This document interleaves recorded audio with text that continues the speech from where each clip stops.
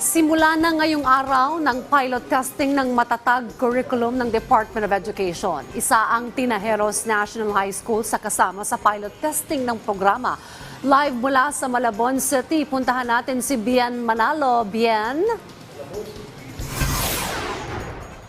Rise and shine, Dayan. Andito kami ngayon sa Tinajeros National High School sa Malabon City na isa sa mga eskwelahan na kabilang sa pilot testing ng matatag curriculum ng Department of Education. Nakatuon sa mga guro ang isasagawang pilot testing ng matatag curriculum dito sa Tinajeros National High School sa Malabon City. Ayon sa Department of Education, ang matatag curriculum ay ang revised na curriculum mula kinder hanggang grade 10. Aantabay ang mga school head, supervisor, superintendent at iba pang opisyal na naatasang magbantay sa implementasyon ng bagong curriculum at maging ang pagbibigay ng technical assistance. Inihahanda na rin ang learning resources na gagamitin sa pilot testing. Gaganapin lang muna sa tig-5 paaralan sa 7 rehiyon sa bansa ang pilot testing.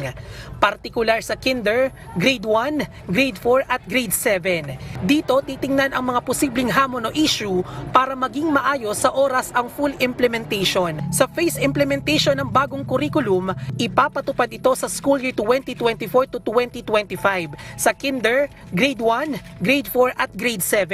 Sunod naman na school year ay ang grade 2, grade 5 at grade 8. Pagkatapos nito ay idadagdag na ang grade 3, grade 6, grade 9 at sa school year 2027 to 2028 ang grade 10. Sa ilalim ng bagong curriculum, nabawasan na ang learning competencies. Ito ay para mas magkaroon ng mastery ang mga mag-aaral sa mga mahahalagang learning competencies. Ang ating pong mga learning competencies po ngayon, na dati po ay 11,000 learning competencies, ngayon po ay naging 3,000 learning competencies na lang po.